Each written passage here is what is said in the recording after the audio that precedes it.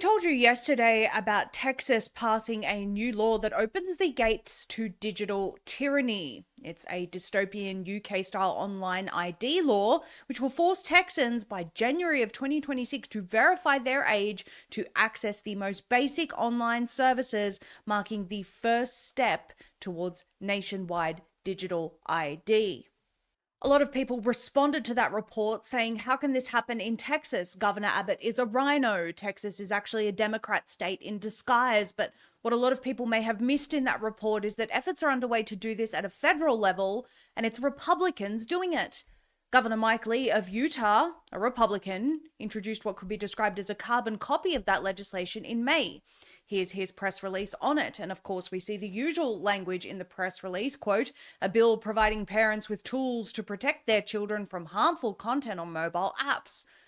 You've all seen what's become of Australia and the UK, where 30 people per day are going to prison based on their social media posts. And that's even before digital ID has fully come into effect over there. All of this is sold as protecting children from online harms, but, as we've said many times over, this has nothing to do with children and everything to do with adults linking their ID to their online activity, making them easier to punish under a social credit system, which comes later on once a digital ID is in place. So as is always the case with press releases like this and people involved, there are representatives from organizations like the Digital Childhood Alliance, for example, which probably really genuinely do want to keep children safe, and maybe they don't even see the risks involved in something like this. But let me show you from Mike Lee's press release where it expressly discusses age verification. It says, the App Store Accountability Act empowers parents to protect their children online by requiring app stores to utilize privacy-protecting age verification methods and link minor-owned accounts to a parental account, allowing parents to give consent before the minor makes downloads or purchases.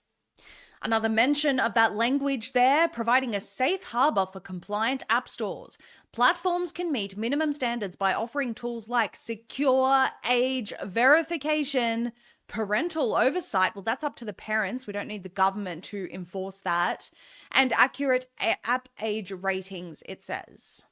We want to also show you the press release from John James, who's apparently favored to win the Open Michigan Governor's Contest, polling shows. That was from the Daily Caller, but here's his press release on the landmark App Store Accountability Act from May of this year. And you can see in his press release that it clearly says, specifically, the App Store Accountability Act would require age verification for access to App Store ID, require parental consent for users under 18 using app stores, link devices of minors on app stores to parents or guardians, and establish enforcement mechanisms for violations of this act. Apparently, this is a way to empower parents and protect children and hold big tech accountable. Okay. John James has provided a link to the bill on that press release, and we want to show you a few very alarming things from that bill. First of all, again, this is purportedly safeguarding children by providing parents with clear and accurate information about the apps downloaded and used by their children, and to ensure proper parental consent is achieved, and for other purposes. Yes, the other purposes is what we're actually interested in here. On page 7 of that document, under App Store obligations, it says each covered App Store provider shall, at the time an individual creates an account with the covered App Store provider, A, request age information from the individual, and B, verify the individual's age category using a commercially available method or process that is reasonably designed to ensure accuracy. So how exactly do you determine someone's age or proceed with age verification without obtaining that person's government-issued ID or getting that person to submit to biometrics, which is another form of digital ID, of course? And they say in here that if the age verification method or process determines the individual is a minor, they need to require that the account be affiliated with a parental account and obtain verifiable parental consent from the holder of the affiliated parental account before allowing the minor to download or purchase an app or make an in-app purchase. So parents may say, well, that's actually a good thing. I'm happy about those safeguards. I want to be the one that presses the button to say that my minor can or cannot access this app.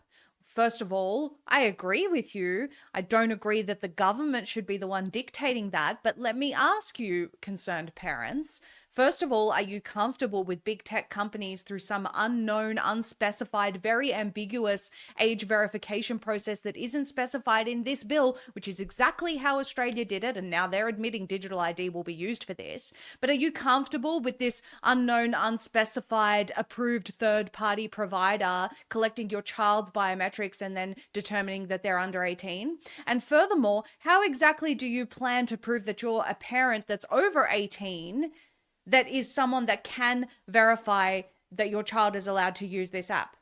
Well, that will require your identity, your biometrics, in order to verify that you're over 18 and that you are someone that is able to give consent. Not only that, but that you digitally log that you are the parent of this child. Are you comfortable with big tech or some unknown third party managing that process? And it does say here, by the way, on page 12 that restrictions apply and that an app developer may not share age category data with an unaffiliated third party that is not a service provider or processor. Again, who are these service providers or processors that will be responsible for collecting your biometric data, your child's biometric data, your ID? Nobody really knows. But let me show you exactly how this went down in Australia. That was the same language, almost verbatim, that Australia used in their under 16 social media age ban when they were talking about age verification. And also, by the way, very, very ambiguous language when they first introduced digital ID. But here is a recent clip where the e-safety commissioner was being asked about whether digital ID could be used as an age verification method for complete control of what adults do and say online. Take a listen.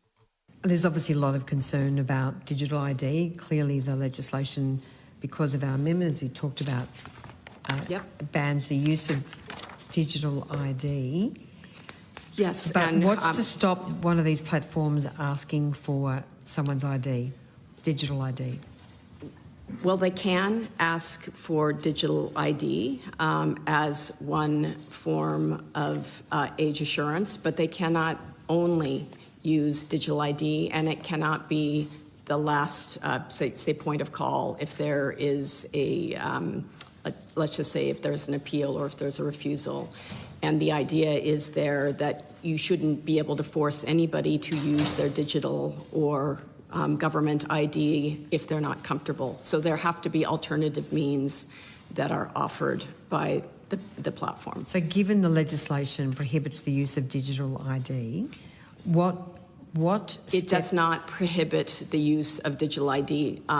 All up, it prevents digital ID from being used as a sole means of assessing someone's age. Okay. So it prohibits digital ID being the only method of age verification or age assurance, which we've said many times are all synonyms for a digital ID system. But let me say expressly here that those assurances, A, mean nothing from the e-safety commissioner and Republicans at this point, and B, may in fact be the case initially, but not eventually.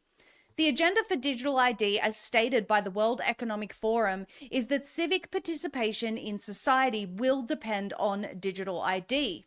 And with BlackRock's Larry Fink as the head, it's probably worth paying attention to what he says about digital ID and the tokenization of everything, including your personal identity. Take a listen. I do believe we're just at the beginning of the tokenization of all assets, from real estate to equities, the bonds, across the board. There's $4.1 trillion of money sitting globally in digital wallets. A lot of that money is outside the United States. If we could tokenize an ETF, digitize that ETF, we could have investors who are just beginning to, invest in markets through, let's say, crypto. They're investing in it, but now we could get them into the more traditional long-term retirement products. So we look at that as the next wave of opportunity for BlackRock over the next tens of years as we start moving away from traditional financial assets by repotting them in a digital manner and then having people stay in that digital ecosystem. Americans cannot let Larry Fink, BlackRock, and the World Economic Forum repot them into a digital ecosystem that they dictate. Perhaps some of the people supporting these laws don't understand the full extent of what this will mean for America. Perhaps some do. I don't know their intentions, but what I do know, having reported extensively on digital ID, social media age bans, age assurance, and age verification that were happening in Australia, is that this eventually leads to no one being able to use the internet without it being linked to their digital profile. Australians can't even do a Google search come December without it. Like we told you yesterday, as of January 2026, unless SB 2420 is repealed, and we highly suggest everyone gets involved in that push, Texans will have to identify themselves to use Apple and Google products. This will be the end of freedom as we know it for Americans. It must be opposed. Please share this report with everyone you know and get them involved in spreading awareness about this today.